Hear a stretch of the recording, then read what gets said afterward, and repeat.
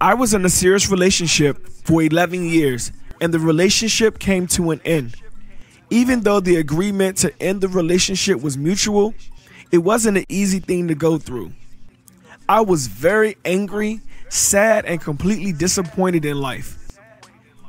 I tried many things to ease my pain, also a lot of stupid things.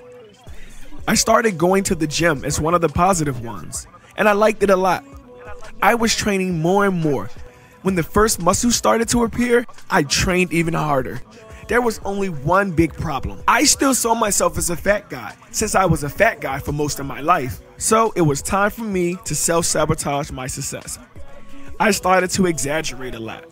Pre-workout drinks, creatine and other supplements, spending hours and hours in the gym until my body was shaking like crazy. When everything in my body broke down because of overdoing it, I decided to do it a little bit more.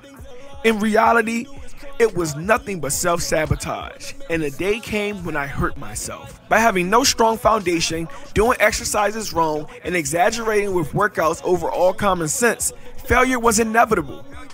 Years later, I have to deal with the injury and pain, and I can't train normally. It's a big question. Will I ever? Yes, complete self-sabotage. Same old guy, keep holding on. Gotta keep holding on.